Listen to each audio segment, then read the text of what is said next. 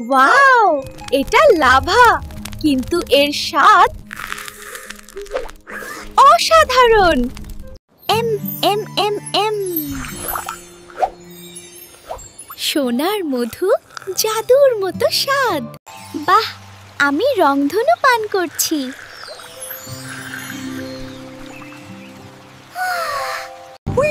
This is the best!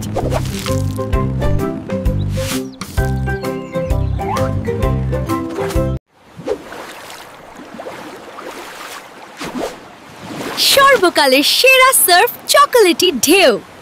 উফ, transcription. উফ,